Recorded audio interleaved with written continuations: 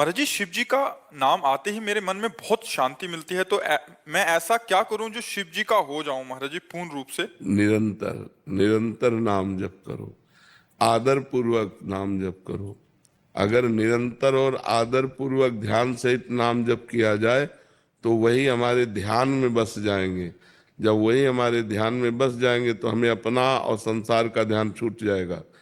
अपना संसार का ध्यान छूटते ही परम आनंद की अनुभूति होगी। वो आनंद जो कभी क्षीण नहीं हो सकता, जो कभी नष्ट नहीं हो सकता, जो कभी परिवर्तन नहीं हो सकता, वो सदैव बढ़ता रहता है, कभी घटता नहीं। जो भगवदानंद है वो सदैव बढ़ता रहता है, घटता नहीं। जो घटे जो बढ़े वो प्रीति नहीं, वो आनंद नहीं है, वो मायाकृत आनंद है। आनंद कोश से आनंद है, वो आनंद सिंधु से आनंद नहीं है। तो निरंतर ध्यान पूर्वक आदर सहित नाम जप करो तो परम शांति परम आनंद की प्राप्ति हो जाएगी। महाराज जी, संसार में रिश्ते ज्यादा महत्वपूर्ण हैं या पैसा? क्योंकि समाज में पैसों के लिए न रिश्ते पैसा महत्वपूर्ण है, न रिश्ता महत्वपूर्ण। संसार में महत्वपूर्ण है भगवान का भजन। रिश्ता भी मरेगा, पैसा भी छूटेगा। दोनों महत्वपूर्ण है क्या? न रिश्ता टिकाऊ है और न पैसा टिकाऊ है।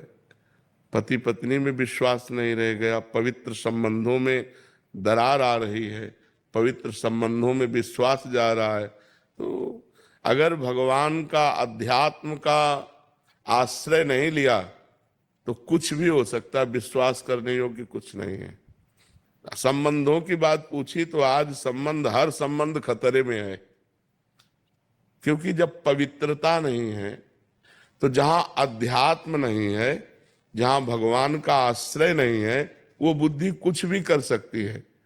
तो ना पैसा महत्वपूर्ण है, न संबंध महत्वपूर्ण है, महत्वपूर्ण है अध्यात्म, भगवान।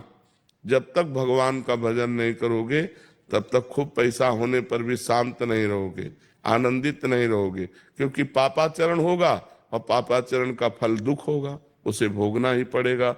अवश्य में भोक्तव्यम कृतम कर्म शुभाशुभम। इसलिए भगवान को महत्व दो। संसार के संबंधों में जो प्रियता है वो भगवान से है। जैसे बेटा बहुत प्रिय है, लेकिन उसके अंदर से भगवान चले जाएं तो कै दिन बेटे के शरीर को रखोगे? उसके शरीर को जला दोगे ना। तो संबंध में प्रियता किससे थी? भगवान से ही। तो संबंध में प्रियता भगवान से ही है। रुपए का जो सुख है वो रुपए में कोई महत्व बुद्धि नहीं है। रुपए से विषय भोग मिलते हैं, ये महत्व बुद्धि है।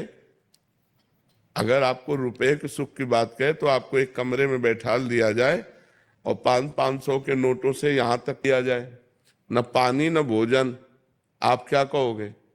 चिल्ला पड़ोगे कि रुपया हटाओ, हमको सब रुपया ले जाओ, हमको पानी पिला दो, हमको भोजन दे दो।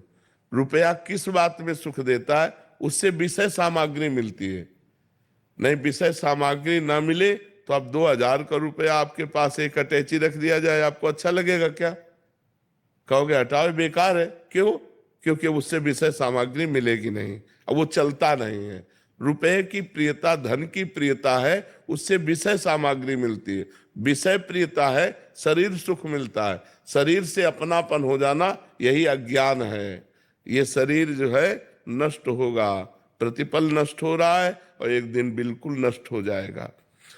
तो हमें चाहिए कि इन शरीर के संबंधों और रुपया में आसक्ति न करके भगवान में आसक्ति करें तो हमारा परम मंगल हो जाएगा। महाराज जी, एक संशय निवृत्ति कर दीजिए। शरीर और शरीर की धर्मपत्नी जो है वो आपके आज्ञा अनुसार नाम जप और सत्संग श्रवण वगैरह और अपना चतुरासी गायन और नियमित कर्तव्य कर्म हर एक घंटे में भगवान को समर्पित करके दिनचर्या कर रहे हैं। बहुत सुंदर। तो हमने आपको मानसिक रूप से गुरु मान रखा है। तो हमारी गति और जिन्होंने दीक्षा ले रखी है उनकी गति में कोई अंतर आएगा महाराज जी?